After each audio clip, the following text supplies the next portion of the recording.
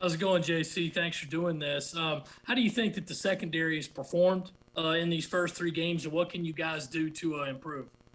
Well, the first two games was not up to our standards, and we actually could have played a little bit better versus Vandy.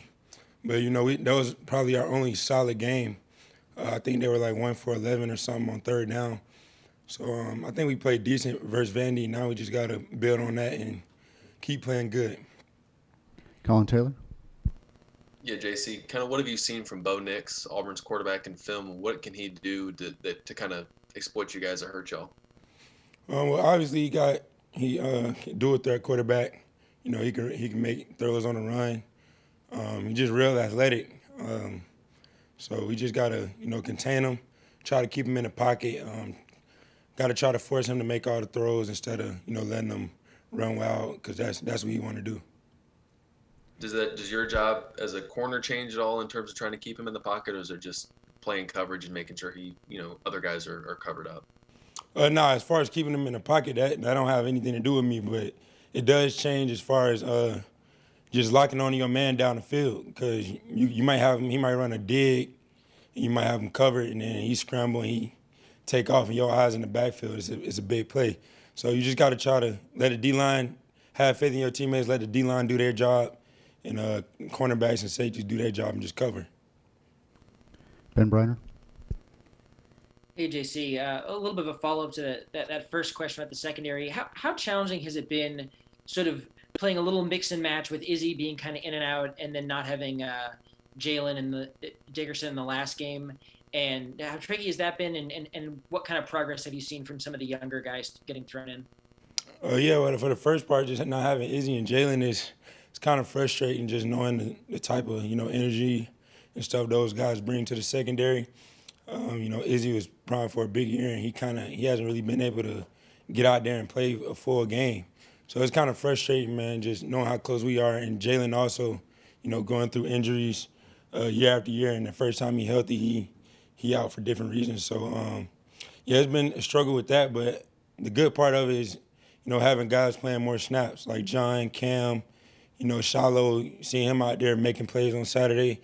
And that's a good part about it. T-Rob stays on us about that. Guys just always staying ready and just getting out there and competing. Pete Acabelli. Uh, JC, did you guys get worried or concerned when you saw that Vanderbilt was canceling its game this week because of COVID? Did you guys worry about that, or are you confident that you guys are doing exactly what you need to do? No, I'm confident. I'm confident in the plan. The team and the NCAA got. I'm not too much worried about it. When guys chose to play, they knew the situation it was, and we all knew that could happen. So, really just suck it up and get ready to play on Saturday. David.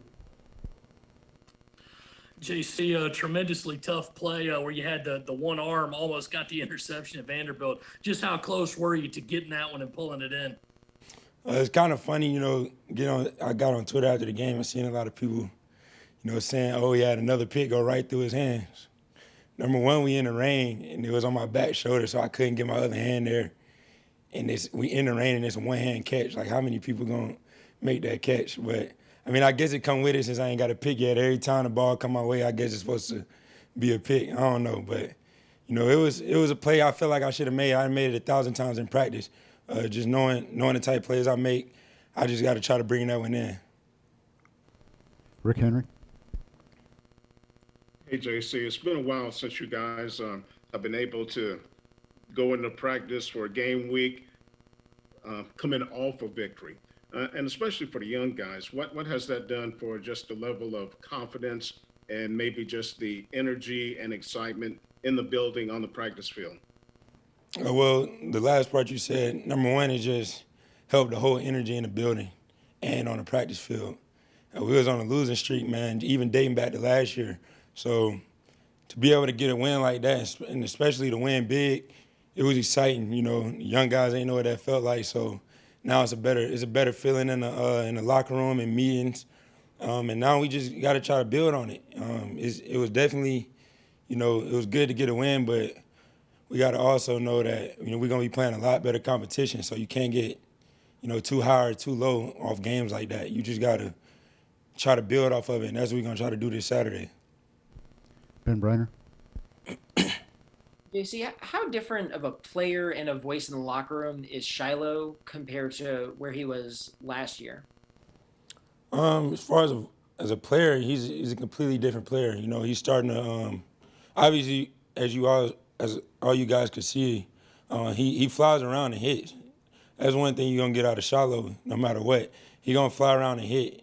But I think last year it was just a struggle for him getting the playbook down, and that's what kind of limited him a little bit. But he's getting comfortable out there, and he looked good on Saturday. So I'm happy to have him out there. You know, I love seeing him compete. He even give me energy when he making plays like that, and I know he's capable of anything and everything. So I'm just excited to see him build on that performance on Saturday and just keep playing good football. Mike Uva. JC, you've played with, some pretty good running backs your first 2 years here at USC. Through training camp, and especially when you guys do some good-on-good periods, what have you seen from Kevin Harris and just his growth heading into this season?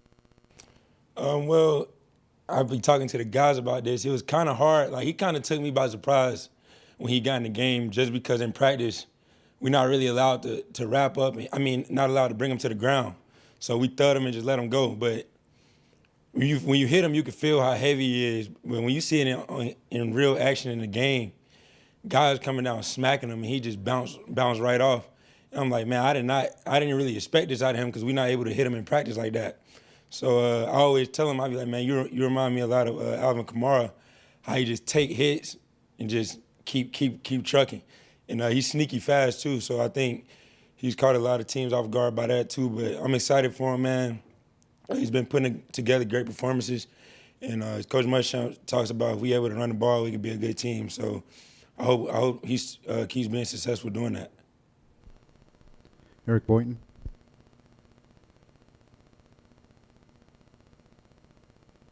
Yeah, JC, when you look around the league this year and you see that LSU's got a couple of losses already, Auburn could have easily have had 2 losses except for a controversial call last week. Do you feel like the talent gap maybe has lessened between, kind of the middle of the league and maybe some of the teams that have been traditional powerhouses? Are Auburn and LSU maybe kind of there for the taking more so than in years past, so to speak? Well, I just think that's the SEC. This year is a little bit more evident than the past years. But, just talking to the team, that's one thing we talk about. Like, of course, people started to panic when we lost those first 2 games. But we played 2 pretty good opponents in Tennessee and Florida. And it's not like the SEC is out of hand. Like you said, LSU lost some games. Auburn, was in a close game versus Arkansas. So I just feel like it's more of a competitive league in today's game. And, that's our advantage because, obviously we lost 2 games. We can't take that back. So now we just got to try to, stay in the hunt, keep fighting. Any reaction at all when you look around the league and just the sheer amount of points that are being scored? I mean, the SEC has traditionally been known as such a great defensive conference, and now it seems like everybody's, putting up 40 points at some point early on in the year. Yeah, that did take me a little bit by surprise. I feel like these old coordinators, man, they getting a little bit more smarter and learning how to dice up the defense. But, I kind of look at it as an opportunity. So when we play those high-powered offenses, I'd be foaming at the mouth to get out there, man, and compete against them. Last question goes to John Whittle. I think Auburn recruited you a little bit during that process. What do you remember about that school? And that's the only team that South Carolina hasn't beaten since joining the SEC. What would it mean to you to be able to snap that streak and win that game against them? Yeah, Auburn recruited me a little bit out of high school, not too much. Took one visit down there, but I think they got a pretty good coaching staff and, great players. A lot of my close friends play on Auburn, a couple of those guys. And it'll mean a lot, just like any other SEC win. It's Coach Muschamp talks about how hard it is to get a win in this league. So beating anybody means a lot to me, man, especially, how we've been playing lately. We just got to – getting any win is a win to me, no matter who we playing.